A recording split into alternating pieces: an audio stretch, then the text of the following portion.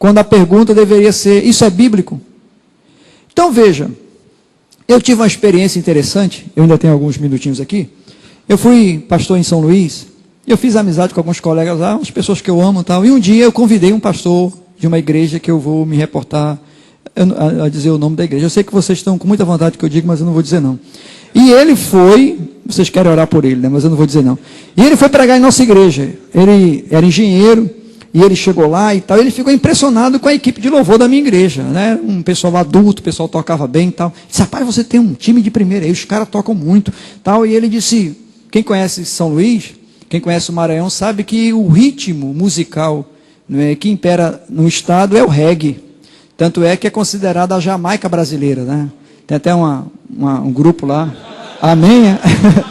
É. Aí tem um abençoado lá, né? Se alegrou ali na carne ali. Aí o que acontece, irmãos? Aí o que acontece? Ele chegou lá e ele disse: meus irmãos, vocês estão parabéns. Você já pensou a gente dando uma versão nova? Meu irmão, toca aí essa música aí, um corinho que era muito famoso na época, celebração, celebrarei a tia. Meu irmão, bota um reggae aí, um ritmo aí e tal. Aí o pessoal olhou para mim assim, ficou meio desconcertado e tal. Aí ele disse, pronto. Aí quando terminou o culto, ele disse: pastor, aí ele disse de púlpito. Ele disse: irmãos, na minha igreja agora é o seguinte, eu estou cansado desse engessamento litúrgico que acontece, né, nas nossas igrejas. Para mim, se a coisa funciona, sabe o que eu promovi na minha igreja, irmãos? Eu aluguei um prédio lá e cabe 1000 cadeiras. Eu comprei 1000 cadeiras dessas brancas aí e nós fizemos o primeiro reggae gospel daqui de São Luís. Reggae era lá, tirou as cadeiras e o povo foi uma noite, irmãos, foi uma maravilha. Olha, veio tanta gente que de outra maneira jamais eu traria aquele povo para a igreja. E eu chamei, eu disse: abençoado, vem cá, deixa eu dizer uma coisa a você. Eu acho que a experiência que você tem na sua igreja, ela não é padrão. Eu acho que você deveria ser mais criterioso quando fosse pregar em outra igreja. Eu te amo, te quero bem e tal, mas eu acho que você não foi feliz na colocação que você fez na minha igreja. Você desrespeitou os princípios da nossa igreja e tal, mas continuo te amando. Mas vou ser mais criterioso quando convidar você novamente para pregar na nossa igreja. Ele me pediu desculpa e a gente continuou amigo. E um dia, nós fomos nos despedir de um colega que ia para a Inglaterra e promovemos um churrasco e meu carro tinha sido roubado. Ele passou na minha casa para me pegar. Disse: Manuel, rapaz, eu tenho uma coisa para te contar. Eu disse: que foi? Eu disse: olha, nunca mais. Isso o que, abençoado? Eu disse: olha, esse negócio de estar copiando o que os outros estão fazendo não dá certo. Rapaz, depois do reggae, tanto jovem se desviou na minha igreja. Eu disse: graças a Deus, não pelo desvio, mas por ele ter aprendido que o que funciona não é o que dá certo. Por exemplo, irmãos, Deus disse para Moisés: uma para ti, não é para mim, é para ti, KLQ 2853. KLQ 2853, é uma para ti, só falta essa. Se você tirar essa Paraty de lá, o caminhão passa. Então veja, irmãos, Deus disse para Moisés, obrigado, para ele falar a rocha para sair água. Moisés feriu a rocha.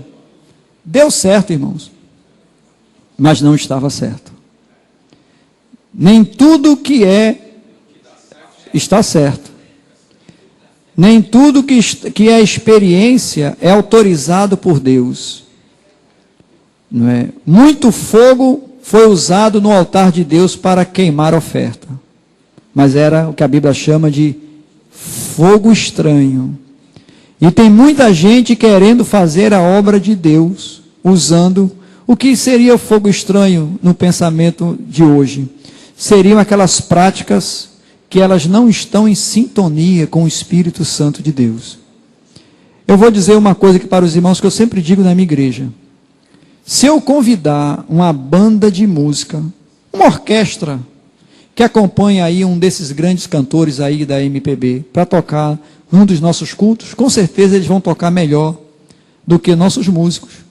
Você pega aí uma banda dessa que acompanha Roberto Carlos, e chamá-los para tocar um hino na nossa igreja, os caras sabem partitura, música é matemática pura, eles vão lá, vão fazer a leitura da pauta e vão tocar brilhantemente.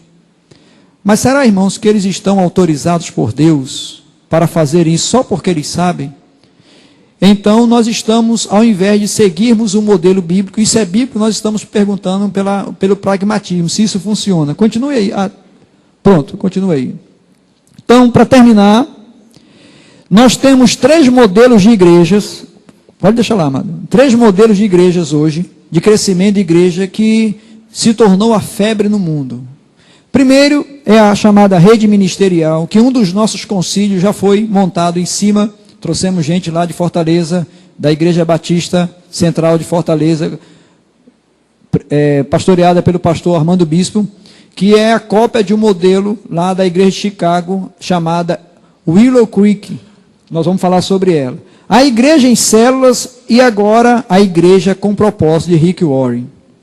Bom, irmãos, alguém fez uma observação sobre a igreja de Rick Warren, no prefácio do livro dele, que depois do livro de Atos, não viu, não é, algo mais bem escrito do que o livro A Igreja com Propósito.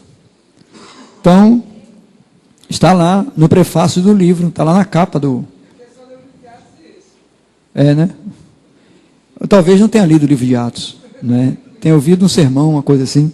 Então, a igreja em Willow Creek, ela fica em Chicago. Eu vou mostrar a foto da igreja daqui a pouco para os irmãos. A igreja em célula, na verdade, esse modelo de célula, o Wesley foi o pioneiro através dos chamados estabelecimentos de grupos pequenos. Mas eu quero fazer aqui uma ressalva que a igreja em célula fundada por Wesley nada tem a ver com as igrejas em células em nossos dias. E o Wesley montou esse modelo por causa da escassez de obreiros em sua denominação e um crescimento vertiginoso que o metodismo estava enfrentando. Então, a demanda era muito grande. E ele, então, subdividiu, colocou líderes eclesiásticos lá à frente desses trabalhos. E uma coisa que deu certo, porque eles não tinham pastores suficientes para atender aquela demanda. E nós temos a chamada igreja lá em Saddleback, que é no sul da Califórnia, que é narrada num livro, Uma Igreja com Propósito. Depois que Rick Warren lançou aquele livro, eu acredito na idoneidade de todas essas pessoas. O que nós vamos criticar aqui nada tem a ver com a idoneidade delas, mas sim com o pragmatismo que elas propõem como modelo de igreja em nossos dias. Então veja, irmãos, continue aí, amado, por favor.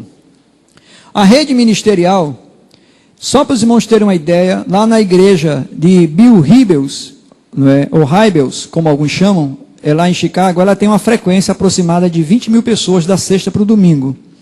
Aqui no Brasil nós temos Armando Bispo, na Igreja Batista Central em Fortaleza.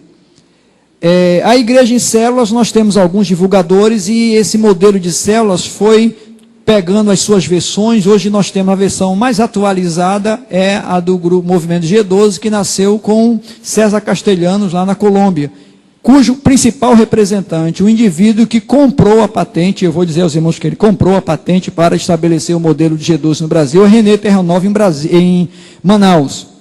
E aí, nós temos um presbítero, numa de nossa igreja, ele não está aqui, mas ele me disse que quando a igreja dele, a antiga igreja dele aqui em João Pessoa, foi fundar o G12, e foi até contactar com René Terranova, eles tiveram que trazer um representante da igreja de René Terranova, e para eles começarem o funcionamento dos grupos, eles tiveram que pagar uma franquia. E há 5 anos atrás, 5, 6 anos atrás, a igreja teve que dar 10 cheques de R$1.000 à igreja de René Terranova para poder implantar aqui, porque todo o material vem deles. Para mim isso é a franquia da Coca-Cola, é a franquia do McDonald's, como a gente vai ver mais adiante. Então, em 1980, Rick Warren, ele narra a experiência dele, que eu acho uma experiência verdadeira. Mas o problema, irmãos, é que foi a experiência dele e que deu certo. Ele afirma que Deus o orientou daquela maneira.